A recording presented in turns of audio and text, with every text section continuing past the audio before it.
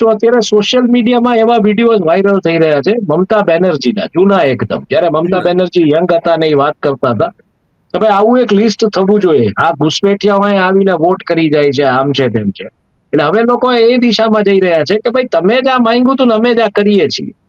એટલે આમાં કઈ અમારું પોઈન્ટ તમે માંગ્યું તું કોઈ કરે છે, સારી વાત છે, તમે કરો છો, પણ જે રીતના અજીત અંજુમે એ વસ્તુ દર્શાવી છે, આમાં શું થયું છે મેં કે મેટર સબજુડાઇસ હોવાને કારણે આપણી મર્યાદાઓ છે અમુક ચર્ચા કરવાની, કારણ કે પછી મીડિયા ટ્રાયલ ના લાગવી જોઈએ. પણ અજીત અંજુમે બહુ સ્પષ્ટપણે દર્શાવ્યું કે પ્રક્રિયા શું, તો કે બે પ્રકારના ડુપ્લિકેટ ફોર્મ ભરાય છે, એક વોટરને આપવામાં આવે છે, એક ઓલાને આપવામાં આવે છે, બરાબર છે.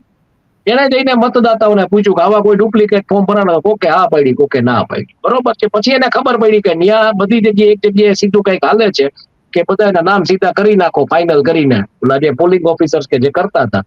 તો એને જઈને ઈ દેખાયું કે ભાઈ આ ફરજી વાળો અહીંયા ચાલે છે, બરાબર છે.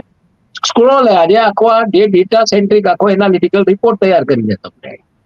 એટલે હવે સુપ્રીમ કોર્ટ આનો એવી રીતના સંજ્ઞાન લે છે કે ભાઈ બરોબર છે, આ પ્રોસેસ એવું નથી, આ પ્રોસેસ નથી કરવાની, સારી વાત છે, તમારી પાર્ટી તમારો પક્ષ આ પ્રોસેસ કરી રહી છે,